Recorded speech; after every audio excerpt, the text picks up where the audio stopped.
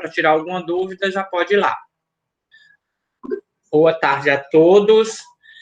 Eu queria, a mesma coisa que eu fiz pela manhã, queria ressaltar a vocês da necessidade de estar sempre com o e-mail institucional, né? Porque esse e-mail institucional, ele dá acesso direto às atividades, acesso ao Classroom. Quando a gente posta alguma coisa lá, já avisa no e-mail de vocês. Quando a gente coloca a nota, já avisa no e-mail de vocês. Então, há essa necessidade de estar com esse e-mail ativado. Hoje, eu observei nas atividades que todo mundo que enviou a atividade enviou com um e-mail institucional, bem legal. Então, significa que ninguém está tendo problema com esse e-mail. E se tiver, me procura que a gente tenta resolver essa situação, certo? É até mais viável. O que aconteceu no semestre passado? Muitas pessoas entre a primeira prova e a segunda prova saíram do e-mail institucional. E aí, quando eu mandava as atividades, não recebia um link, não recebia uma informação de que tinha material lá. E aí não fazia atividade, muita gente ficou com problemas de nota aí, tá certo? Então, vamos começar a aula de hoje. A aula da tarde, bom, é sempre com relação à carne, certo? Hoje a gente vai falar um pouco mais detalhado sobre a composição química do organismo animal. Por que a gente está chamando de organismo animal? Porque a gente ainda não explicou o processo de transformação do músculo em carne, né? Então, a gente vai falar dessa composição, né? Quais são os nutrientes. E isso já foi visto no primeiro ano, só que foi visto superficialmente. A gente vai ver detalhadamente. A aula passada, né, a gente percebeu que foi bem complicada, apesar de eu não ter acessado a internet, que eu tive problemas. Não foi eu, né? Foi o Google que teve problemas. A gente deu para perceber que foi uma aula bem difícil, né? A gente falava da estrutura do tecido muscular. A gente viu que o músculo ele tem tecido epitelial, tecido conectivo ou conjuntivo, tecido nervoso e tecido muscular. E esse tecido muscular já se divide em tecido liso, tecido cardíaco, tecido esquelético. Aí a gente ainda pegou esse tecido esquelético e saiu destrinchando ele, né? Aí a gente lembra que tinha o epimício, perimício, endomício, dentro do endomício, sarcolema. Menina, eu tô lembrando de tudo, acredita? E não tô olhando nada aqui não, viu, gente? Tinha o sarcolema, dentro do sarcolema o sarcoplástico.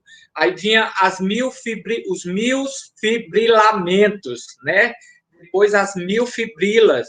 E ali dentro a gente começava a encontrar o que a gente queria explicar de fato, que era a quitina e miosina, o processo de contração e relaxamento, para a gente conhecer essas fibras, né?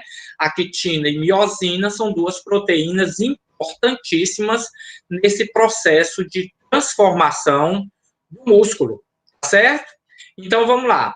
A gente vai começando a falar um pouquinho sobre esse consumo de proteína animal, né? Se nós observarmos, né, o Brasil é um país onde o consumo animal ainda não é tão elevado, são aproximadamente 23,2 gramas por dia, né? Nos Estados Unidos aí é um índice bem mais alto, e o Haiti, como é um país, né, bem mais pobre, a gente já vê aí que o seu índice, né, de desenvolvimento socioeconômico com relação às proteínas de origem animal é muito baixo, né?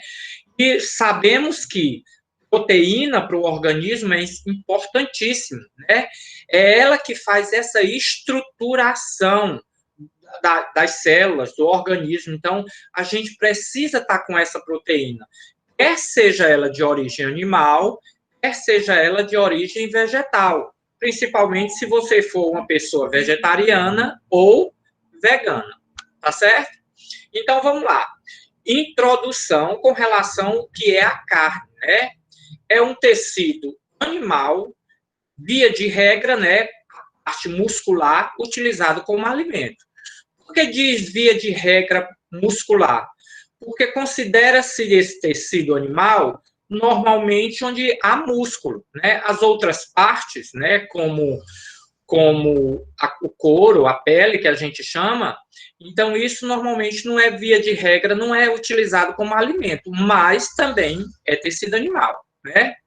Segundo o regulamento de inspeção sanitária, né, de produtos de origem animal, lá embaixo, ó, escrito RISPOA, ele diz que carne é massa musculares maturadas e tecido e demais tecido que acompanha, incluindo ou não a base óssea correspondente, procedente de animal abatido sob inspeção veterinária. Veja bem, o que é que o regulamento diz? Que é massa muscular maturada. Por que eu utilizo o termo maturada?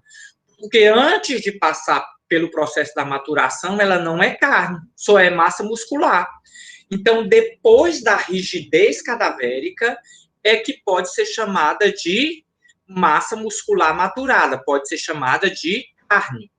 Aí também diz que os tecidos, né, que estão acompanhando essa parte muscular também é chamada de carne, inclusive sua estrutura óssea. Então, se a gente pegar uma bisteca, né, dando um exemplo aqui, uma bisteca, que a gente conhece ela sempre fatiada, com aquele pedacinho de osso em formato de L, aquela base óssea que corresponde àquela massa muscular também pode ser chamada de carne, apesar de ser osso, certo? E outra informação interessante é que são de animais abatidos sob inspeção veterinária. Significa que precisa de uma legislação, né? Não pode ser um boi abatido, como a gente viu, ó, há aulas atrás, um abate incorreto, né? Que é o chamado abate não humanitário. A gente vai ainda entender do que é que se trata, tá certo? Então, a carne precisa ser uma massa muscular maturada, precisa passar pelo processo de rigidez cadavérica, né? Essa massa muscular, ela pode se dividir em dois tipos, né? A carne vermelha e a carne branca. Né? Já sabemos isso, né? A carne vermelha é de origem bovina, suína, ovino e capino. Né? Ovino não é de ovo, tá certo? É de ovelha, tá bom? E branca, certo? Que é de ave, que são de aves, desculpa, e pescado, né? E essa divisão, ela está relacionada a um sistema proteico muscular. Ou seja, é devido à quantidade de proteína que se divide a carne em vermelha ou branca. Se tem mais proteínas vermelhas, né? Ou se tem menos proteína. Então, aí a gente pode definir se essa carne ela é vermelha ou branca. Então, carne de pescado, normalmente é uma carne com um baixo teor de proteína miofibrilares. Eita, eu consegui, né? Então, ou seja, essas proteínas, elas definem, né, como essa carne como essa carne pode ser considerada vermelha ou branca, tá certo? Isso é material de prova, né? O seu valor nutricional está de acordo, né, com todos os nutrientes mais visíveis presentes na carne. Nós já conhecemos isso, que são os lipídios, né? A umidade, quando a gente fala de umidade, a gente está se referindo a quê? Está se referindo à água, né? A quantidade de água presente nessa carne. A gente vai falar ainda sobre atividade de água. A professora Laís também vai explicar para vocês, na disciplina, né, de bioquímica, sobre o que é atividade de água, mas eu também posso explicar, né? Certo? Então, além de proteínas, né, que é, digamos assim, a peça-chave da carne, né? A carne é rica em proteína. Normalmente, quando a gente fala assim, Me dê exemplo de um alimento proteico. O primeiro que vem à mente, né? É carne. Quando a gente fala me dê um alimento rico em lipídio, a gente também lembra de carne, lembra de leite, certo? Então, além das proteínas, contém água, no caso, umidade, temos lipídio, né? Uma quantidade significativa de lipídios, temos carboidrato mínimo, normalmente é o glicogênio, certo? Temos as vitaminas e também temos os sais minerais, né? E esse valor nutritivo, ele tem fatores, né, variáveis, né? Esses valores nutritivos, eles variam. E aí nós temos alguns exemplos, né? Que pode variar de acordo com o animal, né? A raça desse animal, o manejo com que esse animal vive dentro de um pasto. A gente já falou sobre pastos, né? Sobre pastagem, né? A alimentação que esse animal ele tem, a gente sabe que essa alimentação tem que ser balanceada, não pode ser de mais, não pode ser de menos. Pelas espécies, né? A gente pode aí estar falando de vacas, né? De bovinos, de espécies, né? Várias espécies. Então, a idade do animal também, se o animal é mais novo, é mais velho. Então, isso influencia em todos esses fatores. Principalmente a gordura, né? O lipídio sofre inúmeras variações, né? Dependendo desses fatores. Se nós olharmos aí a tabelinha, a gente pode ver que um animal bovino, né? Ele tem uma variação entre 0,7% a 28% da quantidade de gordura presente, em 100% daquele tecido muscular. Ou seja, a carne, né, digamos assim, 1 quilo de carne pode ter até quase 30% de gordura, dependendo das variações com que esse animal passou. A sua idade, o seu sexo, a raça, o manejo, como esse animal se alimenta, né? Então, a gente vê também que os suínos têm uma variação entre 8% a 55%. Você imagina você comprar aí, pegar uma peça de suíno, que essa peça de suíno seja em torno de 100 quilos, você pode imaginar que desses 100 quilos, 55% pode ser lipídio, né? Então, é um percentual muito alto. E esse percentual, como a gente está falando, né, frisando aqui, é o que mais varia, o percentual de gordura. Pode ser um percentual de 8, ser um suíno, né, com teor de gordura muito baixo, como ele pode apresentar um alto teor de gordura, em torno de 55%. A gente observa também que os outros tipos de animais também têm sempre essa variação. A gente vendo aí os ovinos, a gente vê também uma amplitude, né, entre o mínimo e o máximo, né? O mínimo pode ser até 4% de gordura, mas pode chegar também a 39%. Então, é realmente bastante significativo a variação da gordura nos animais, né? Certo?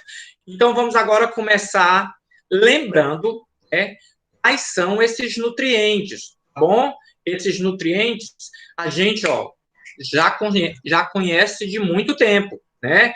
Água, proteína, lipídio, vitaminas e minerais. Tá faltando alguém aí? Tá faltando carboidrato.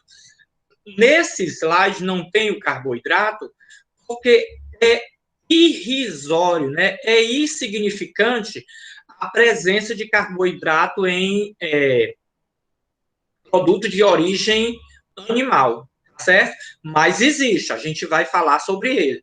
Mas eu quero que vocês se atenham a esses 5 compostos. E aí a gente vai agora falar um a um, né? Com relação à água, o que é que a gente pode dizer?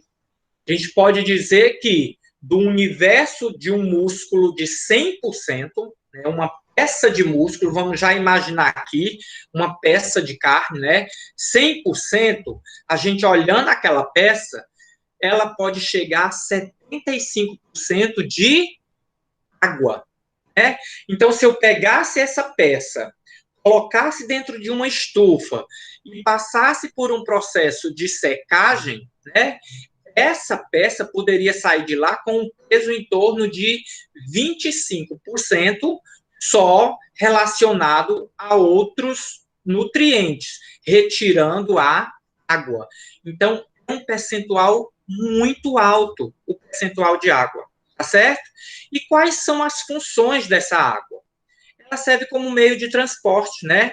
E sede de reações químicas. As reações químicas que acontecem dentro do músculo, né, estão diretamente relacionadas à quantidade de água, né?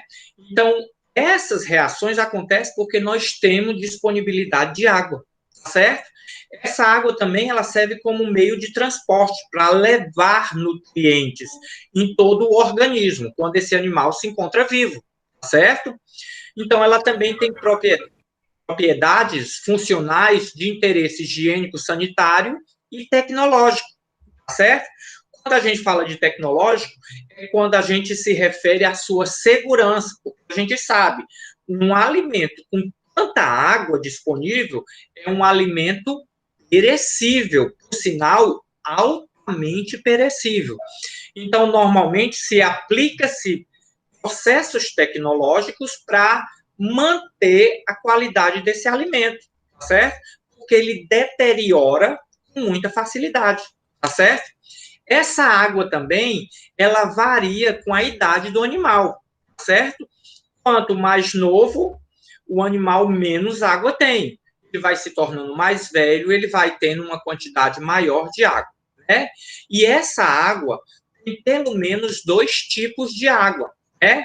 Que está relacionada à atividade de água. O que é essa atividade de água? É a água disponível, né, para que aconteçam essas reações químicas. São os dois tipos de água, água livre e a água ligada, né? Essa água ligada ou de constituição é aquela água presente dentro das moléculas do nutriente, dentro da molécula de proteína, dentro da molécula de lipídios. Se eu tirar esta água ligada, é como se eu estivesse eliminando a proteína, certo? Então, normalmente, essa atividade de água, ela tem a água livre, que é a água onde normalmente acontecem as reações químicas, e tem a água ligada, que está ligada a cada molécula presente dentro desse músculo. Vamos adiante.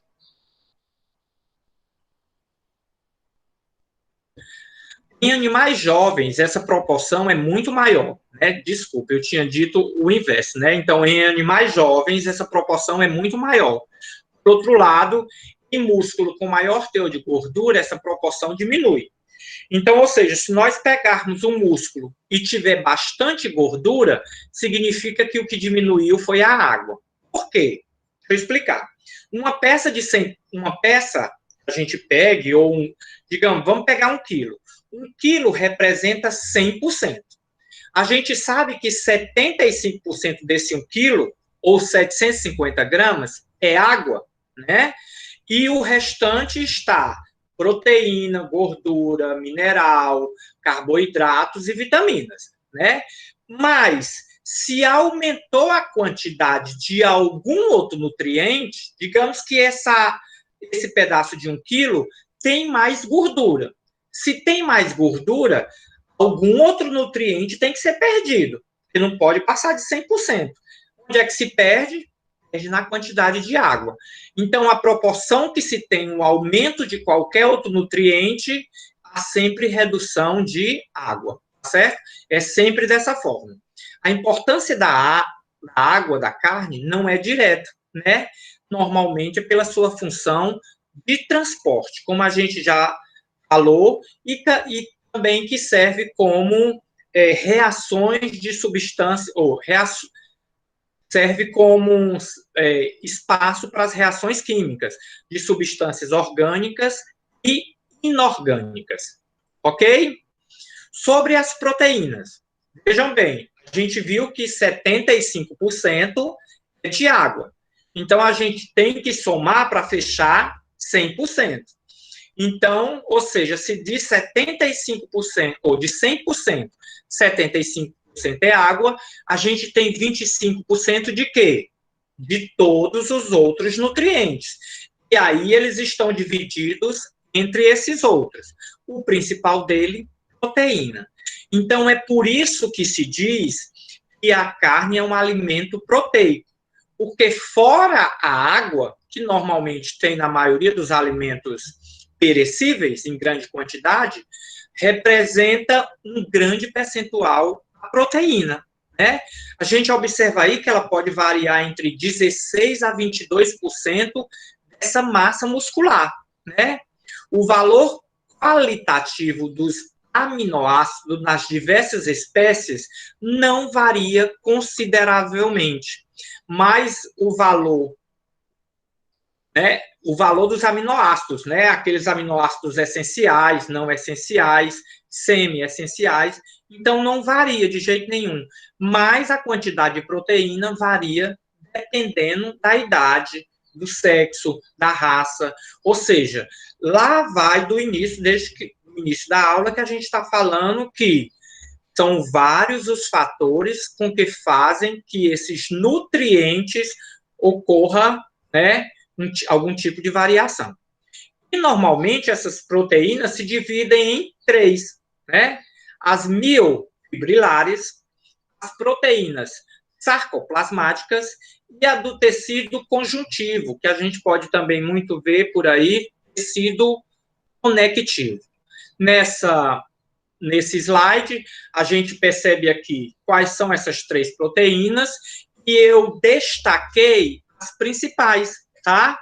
Se vocês olharem pelo percentual, na direita de vocês, tem o percentual somando aí, né? 9 com 6 dá 15, 15 mais 3, 18. Então, a gente tem aproximadamente 18,5% de proteína na carne. A gente viu que pode variar, a gente viu no slide anterior, né? De 16 a 22.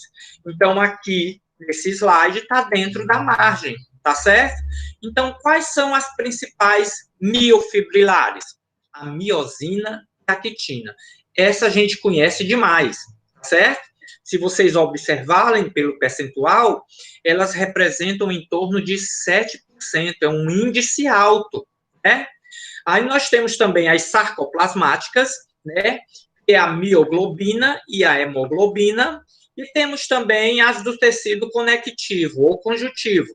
As duas principais é o colágeno e a elastina.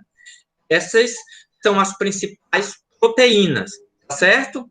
E aí, falando das duas proteínas, nós temos aqui esse percentual, né? A gente viu anteriormente a quitina pode ser em torno de 20% e a miosina em torno de 50%. A gente falou das funções dessas duas proteínas, né? E como a gente viu anteriormente, temos as sarcoplasmáticas, são essas proteínas, gente, as sarcoplasmáticas, né, que está relacionada ao sangue, né, a mioglobina e a hemoglobina, que fazem a gente dividir a carne, né, pelo seu valor ou da sua quantidade de proteína, ou seja, que ela pode ser vermelha ou ela pode ser branca, tá certo? Então, nós temos também a do tecido conjuntivo, tá bom? Aí nós temos um modelo de proteína actina, certo? Então, vamos lá, são as duas proteínas responsáveis pelo complexo, né? Um complexo formado chamado de actimiosina, né? Ou actomiosina, certo? Que constitui aproximadamente de actina de 20 a 25%, né?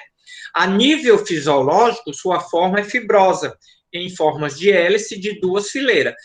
Aí, né, na ilustração, há mais ou menos, né, em 3D, pode-se dizer assim, a forma como se encontra a proteína actina, certo? Então, ela tem uma quantidade menor do que a proteína miosina, certo? Que aí nós temos a miosina, que é uma molécula altamente carregada. Lembrem, esses pinozinhos aí, né, é o que acontece quando acontece o complexo de actomiosina. É isso? Então, a gente tem a quitina, que ela é mais fibrosa, e a gente tem a miosina, que tem esses filamentos, ela tem esses pontinhos. Então, quando essas proteínas começam, né, a realizar esse processo, esses pinozinhos da miosina, eles tendem a tocar na actina. E é um processo irreversível, acontece para. Só que como a respiração, como há isso constantemente, quando a gente vai ver isso no rigor mortis, então esse processo ele é contínuo, enquanto o animal está vivo, tá certo?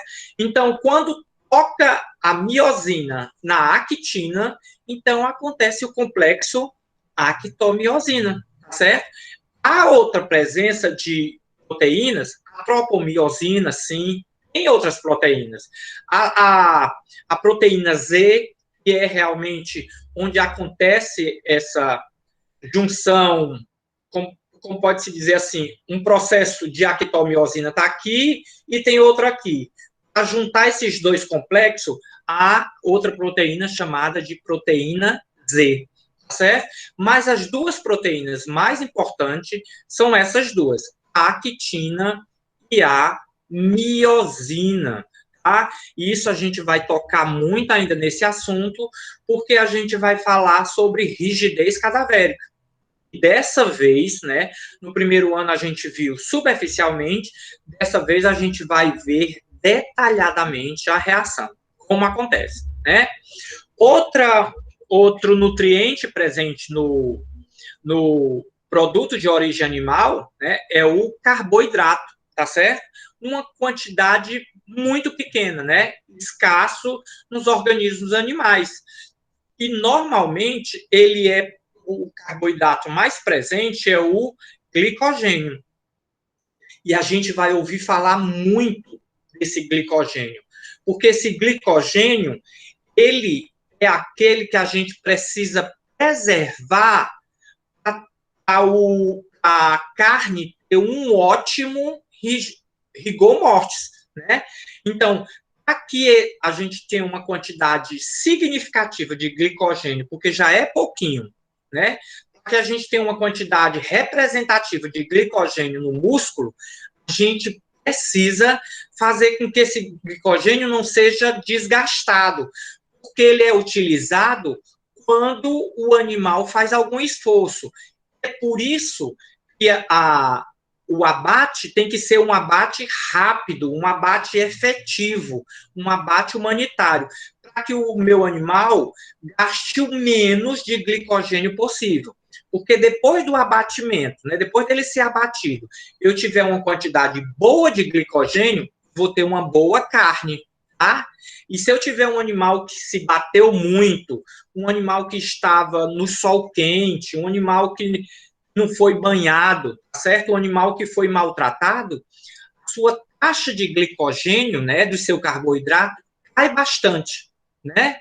E aí eu não vou ter um bom processo de maturação. Olha que interessante.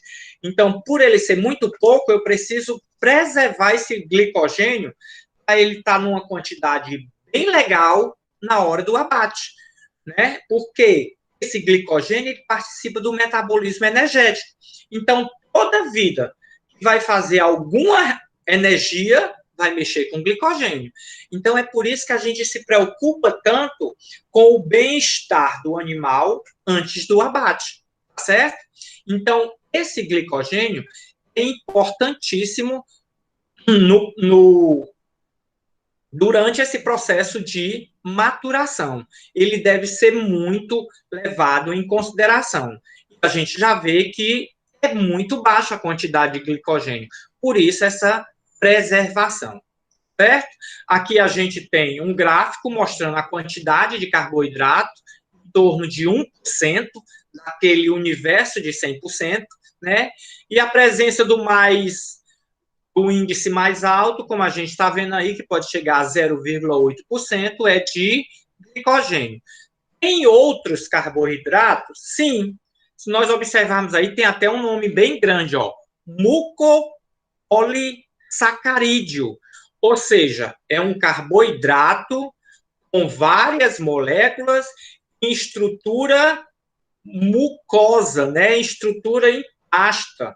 Então, existe sim outros carboidratos, mas o que é levado em consideração, principalmente no processo de maturação da carne, é o glicogênio, tá certo?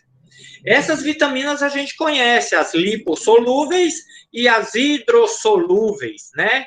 As lipossolúveis são as vitaminas queda, né? A DEC. Elas têm presença também na carne, ou seja, na estrutura muscular. Se você estiver se alimentando com carne, é difícil, não tá, gente, se alimentar com carne. O negócio está ficando caro. Então, se você estiver se alimentando com carne, com certeza você vai estar fazendo aí, vai estar abastecendo-se de vitaminas lipossolúveis e hidrossolúveis, né? O complexo B, as vitaminas C. Lembrando que as vitaminas C têm uma quantidade muito baixa, tá certo? E esses teores de vitamina podem variar bastante de acordo com o corte. Por que se diz isso? Ora, se algumas vitaminas são lipo, se são lipo, significa que estão presentes aonde? Na gordura, né? Então, se eu tenho um corte que tem um corte de carne, não estou falando um corte no braço, na perna, não. Se eu tenho um pedaço de carne que tem uma quantidade significativa de gordura, significa que a variação de vitaminas lipossolúveis é maior do que as vitaminas hidrossolúveis, certo? Então, se eu tenho, por exemplo, um pedaço que eu posso citar aqui como, pronto, a picanha, né? Ela é uma parte que tem uma quantidade significativa de gordura.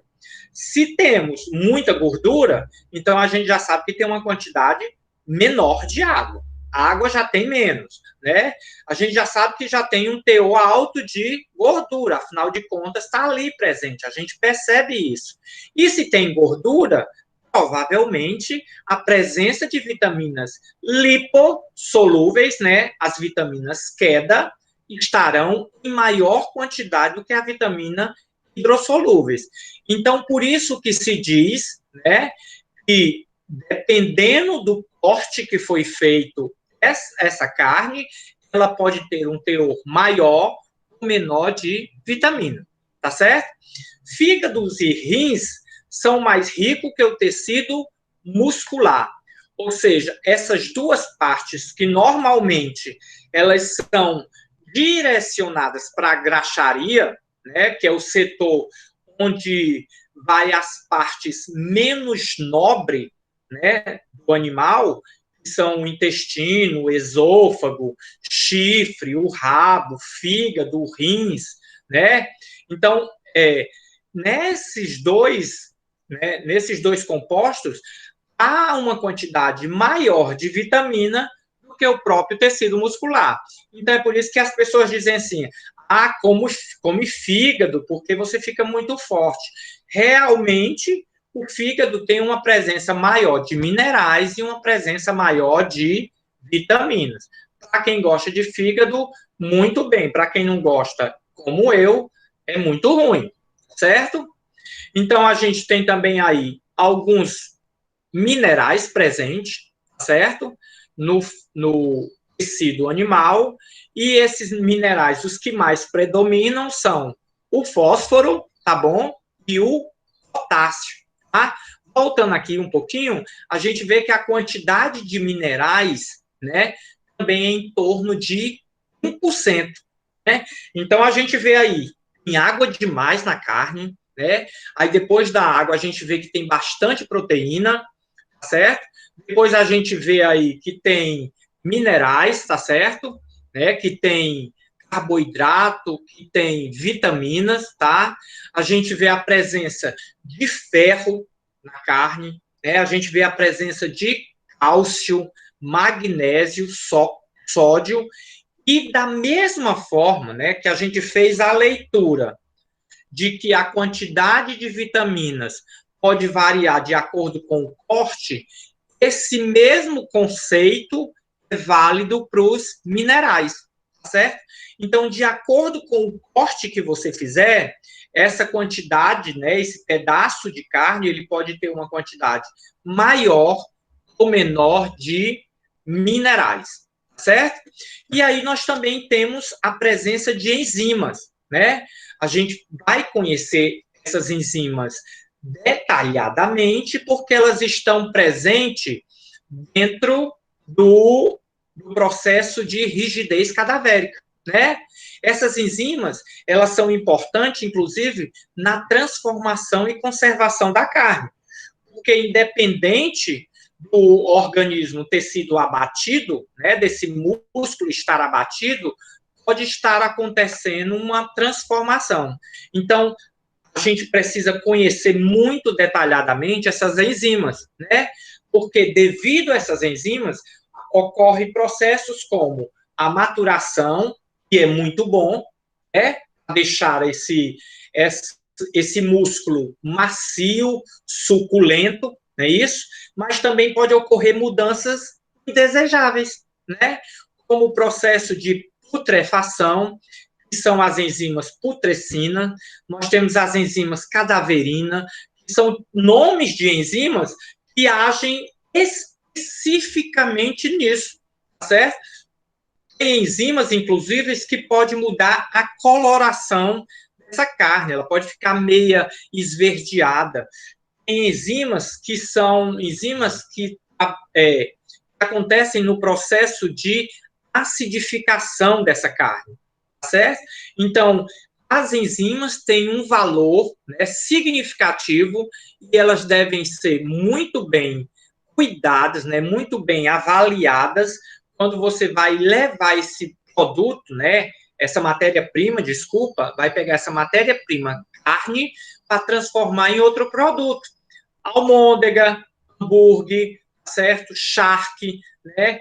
Que uma mudança desejável, o envelhecimento, a gente passa por esse processo de salga, de secagem, né? Se a gente tivesse em sala de aula, não virtual, mas presencial, a gente ia fazer aí um processo de salga e ia também fazer um processo de fabricação de hambúrguer. Mas, por enquanto, fica no ar. Vai que a gente volta em setembro. Vejam bem, eu estou dizendo que volta não, viu? Estou dizendo que pode acontecer. Não vão me comprometer, não, pelo amor de Deus. Tá certo? Então, a gente encerra por aqui esse conteúdo, tá? Eu espero que tenham entendido o que deu para entender. Se não deu para entender, me chama que eu respondo. E o que tiver dúvida, fala comigo que eu posso atender. Se tiver problema com e-mail institucional, me procura. Como eu sempre disse, eu sou muito receptiva, né? Se qualquer problema tiver, me procura, tá bom? Que a gente consegue resolver isso. Obrigada, boa tarde para vocês e até semana que vem, se Deus quiser. Tá certo? Tchauzinho, gente.